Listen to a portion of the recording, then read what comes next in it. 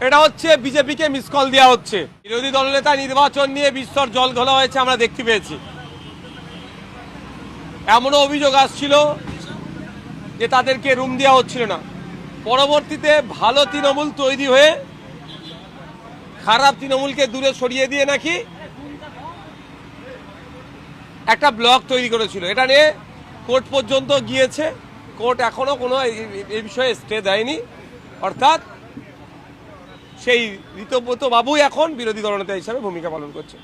তখন আমরা অনেক আগে বলে এসেছি, যখন বিজেপি ক্ষমতায় আসলে তখনও বলেছি, আজকেও বলছি, বিজেপি তৃণমূল একে অপরের পরিপূরক। বিজেপি তার মনের মতো বিরোধী দলকে তৈরি করে রাখতে চাইছে, এর থেকে বেশি কিছু নয়। আমরা বিগত 5 বছর আইএসএফ বামেদের জোটে সংযুক্ত মোর্চার হয়ে আমি একা লড়াই করেছিলাম অ্যাসেম্বলি হাউসের মধ্যে। এবারে বামেদের পক্ষ থেকে বিধায়ক এসেছেন, আমি আছি, কংগ্রেস আছে, আরও যারা আছে, তারা যে প্রকৃত বিরোধী হয়ে যে লড়াই করা দরকার সেই লড়াইটা আমরাই দেব। তৃণমূল কংগ্রেসের অ্যাকাউন্ট সুইচ করার জন্য তৎকালীন কোষাধ্যক্ষ অরূপ বিশ্বাস তিনি একটি চিঠি দিয়েছেন, আর যাতে এই অ্যাকাউন্ট কেউ ব্যবহার না করতে পারে এই মুহূর্তে। এটা হচ্ছে বিজেপিকে মিস কল দেওয়া হচ্ছে।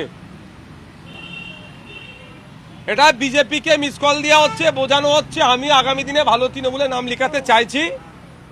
আমি মমতা ব্যানার্জি, অভিষেক ব্যানার্জি তৃণমূলকে টাইট দিতে চাইছি। যে কাণ্ড ঘটিয়েছে সারা বিশ্বের দরবারে আমাদের মাথা হেট করে দিয়েছিল, বেশিকে নিয়ে এসে যে অস্থিরতার পরিবেশ তৈরি করেছিল, সেটা থেকে বাঁচার জন্য একটা রাস্তা, একটা মাধ্যম, একটা মাত্র। এবং অরূপ বিশ্বাস 3বার হাজিরা এড়িয়ে গেলেন। এই চিঠিটি গতকাল প্রকাশ্যে এলো এবং আজকে তিনি হাজিরা দিতে গেলেন।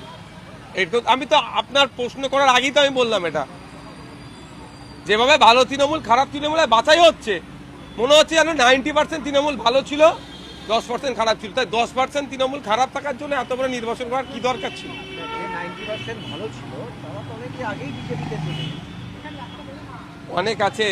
অনেক আছে, আস্তে আস্তে এক্সপোজ হবে বলে। তৃণমূলের তরফ থেকে একটা দাবি করা হচ্ছে যে অরূপ বিশ্বাসকে তারা 5 তারিখে ট্রেজারারের পদ থেকে সরিয়ে দিয়েছে, অথচ অরূপ বিশ্বাস এই চিঠি লিখলেন 12ই জুন এবং 16ই জুন ব্যাংক সেটা অ্যাকসেপ্ট করবে। দেখুন, ব্যাপারটা হচ্ছে কে কবে করেছে না করেছে সেটা তো তৃণমূলের অভ্যন্তরীণ পলিসির ব্যাপার, আমি জানি না, সেটা প্রকাশ বলতেও পারবো না। তুই যদি সরিয়ে থাকে তারা চ্যালেঞ্জে যাবে এর এগেনস্টে।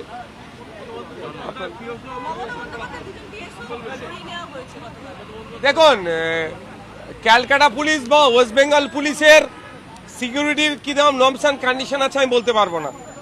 আমি কোর্টে লড়াই করে সেন্ট্রাল আর্মস ফোর্স নিয়ে ঘুরি, তাদের কিছু প্রোটোকলের মধ্যে আছে। সিকিউরিটি যারা প্রোভাইড করে আমাদেরকে ম্যাক্সিমাম 6 মাস, সে পিএসও বলুন বা কনস্টেবল বলুন বা এএসআই বলুন বা এসআই বলুন, যে লেভেলের অফিসার থাকুক না কেন, ম্যাক্সিমাম 6 মাস আমার কাছে থাকে। 6 মাস পরে পরে চেঞ্জ হয়। আর এবার এক্ষেত্রে ওয়েস্ট বেঙ্গল পুলিশের ক্ষেত্রে কি প্রোটোকলের মধ্যে আছে সেটা আমি বলতে পারছি না, কিন্তু একজন পিএসও চেঞ্জ করে দিয়েছে বলে এটা বিশাল কিছু হয়ে গেছে, এটা নিয়ে চর্চা আমি বেশি করতে চাই না।